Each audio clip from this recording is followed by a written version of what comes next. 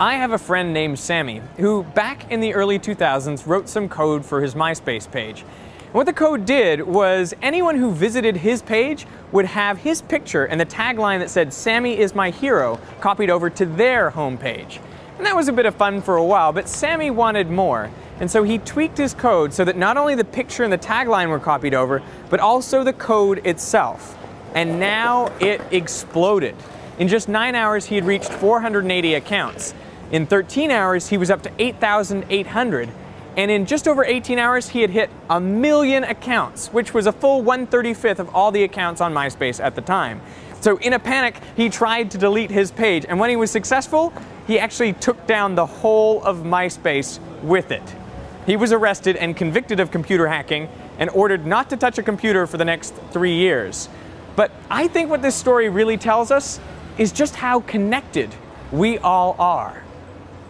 Imagine you have 44 friends, and each one of those friends has 44 friends who are not also your friends. And each of them has an additional 44 friends, each of whom has 44 friends, who again has 44 friends, and they have 44 more. Then, in a chain of just 6 steps, you would be connected to 44 to the 6, or 7.26 billion people, more than are alive on Earth today. And we've contemplated how closely connected we are since long before MySpace even existed. Back in 1929, a Hungarian author and poet named Frigyes Karinthy wrote a short story called Chains. And in it, one of the characters challenges the others to find another person on Earth that he cannot connect himself to through fewer than 5 intermediaries. This is the origin of 6 degrees of separation. If the theory is correct, it means that you would be connected to the Queen or Tom Cruise in just 6 steps. But they may be the easy ones. What about this shop owner or the Mongolian sheep herder? What the theory really means is that any 2 people picked at random from anywhere on the Earth will be connected by just 6 steps. The idea remained just fiction until in the 1960s, a Harvard psychologist, Stanley Milgram, attempted to test it. He called it the small world experiment, after that phenomenon where you're at a party, you meet a stranger, and you find out that you have a friend in common. And you remark, "Oh, it's such a small world." What he did was he sent out 300 packages to people both in Boston and in Nebraska. Now, what he wanted those people to do was try to send their package to a target person in Boston. But they weren't allowed to send it directly to him. They had to send it to someone they knew on a first-name basis, who they thought had a better chance of knowing the target, and they could forward it on in the same way. Now, as you might expect, most of the packages never made it, but 64 did, and the average path length was 5.2. So now 6 degrees of separation had experimental confirmation. Or did it? If you look more closely at Milgram's sample, you find that of the 300 people, 100 were located in Boston, the actual city where the target lived. Another 100 were stockbrokers, which was the same profession as the target. So only 100 people lived in a different state and had a different job.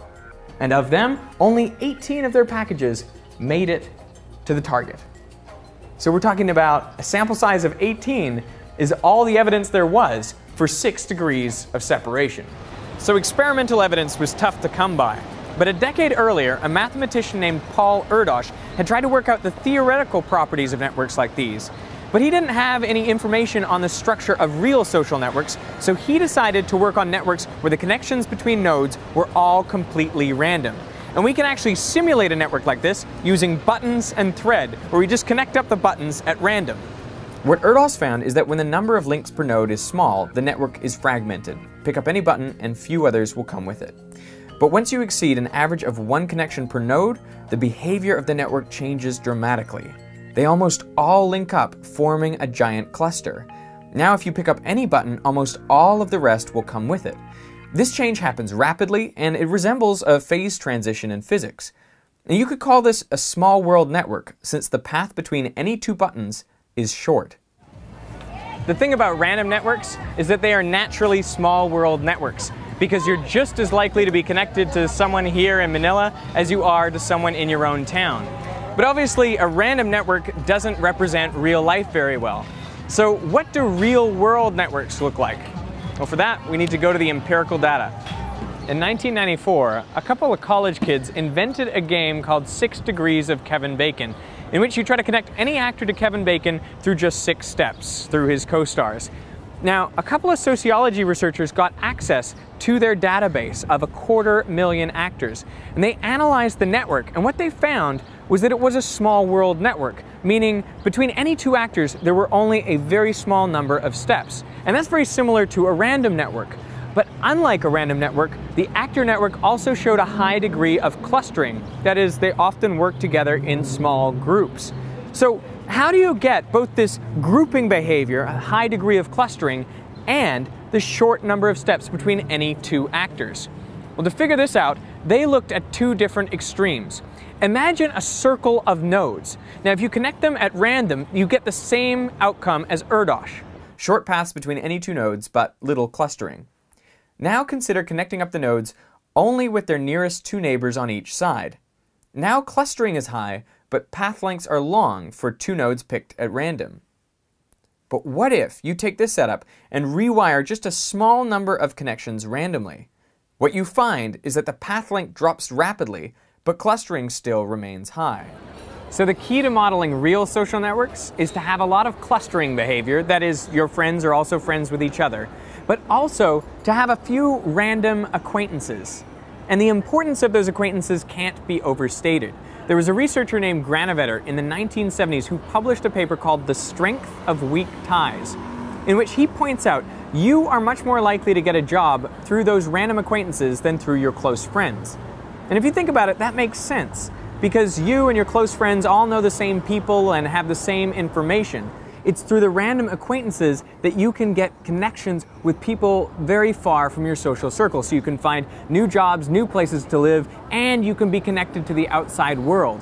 So in fact, it is those random acquaintances that make possible 6 degrees of separation. Mm-hmm. So I'm told that degrees have dropped in recent years. Really? To like 4 degrees. Tell me about that. How do we know this? I don't know how they measure it, but I've tested it, and I think it actually has dropped based on how many people have friended one another on Facebook. The friendship circles have grown.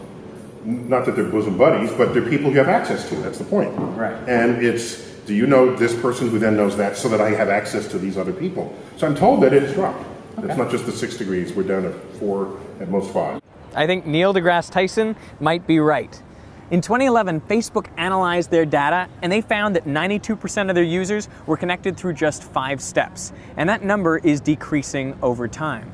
The concept of 6 degrees of separation has fascinated people for nearly a century, and I think that's not only because of how counterintuitive it is, but also how comforting it is to know how closely we are all linked. Not in some kind of abstract, ill-defined way, but through hard scientific data.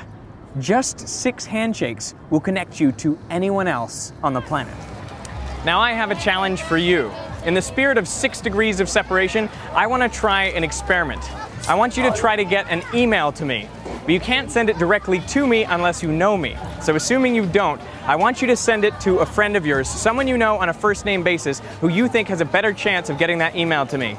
If your email eventually gets to me through a chain of people, I will send you a postcard in the mail, and I'll tally up if we were able to get that done in 6 links or not. So let's try to do it and see if we can connect. The instructions are in the description.